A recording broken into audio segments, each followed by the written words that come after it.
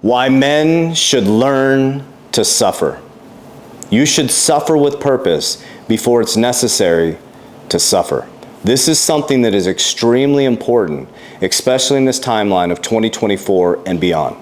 As our world becomes more convenient, as we don't have to push ourselves to even go hunt for our food, is men are not suffering enough, and that's why we're in the position that we're in. What's happening is men are waiting for a savior. They're waiting for a president to save them. They're waiting for a savior to come out of a sky. They're waiting for the next job or the next opportunity when they don't realize that they must suffer before it's necessary to suffer. What's happened in our society with the advent of technology, Uber Eats, the ability to work from home, we don't have to hunt our food, we don't even have to stress our bodies, is men have become very weak. Now, I'm not talking about toxic masculinity, where you need to be strong and aggressive. I'm talking about the ability to put yourself through suffering before it's necessary to suffer. Let me give you some examples.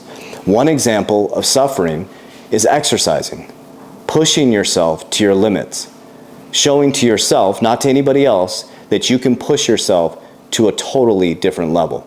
Number two, ice baths. Getting into an ice bath to really challenge yourself.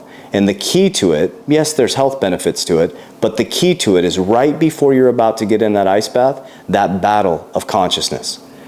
When your self says, I don't want to do this, and you, as a man, overcome that.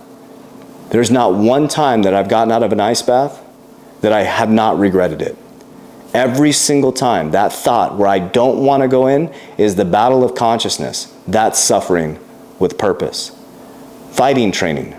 Boxing, jiu-jitsu, some type of fighting or self-defense, where you're putting yourself in a situation where you have to suffer with purpose.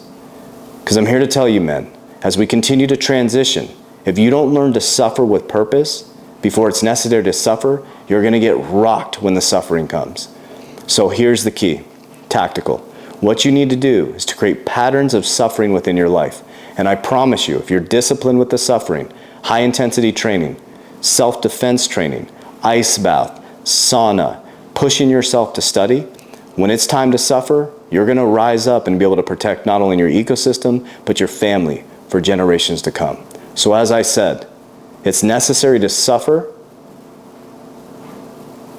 You should suffer before it's necessary. You should suffer with purpose before it's necessary to suffer.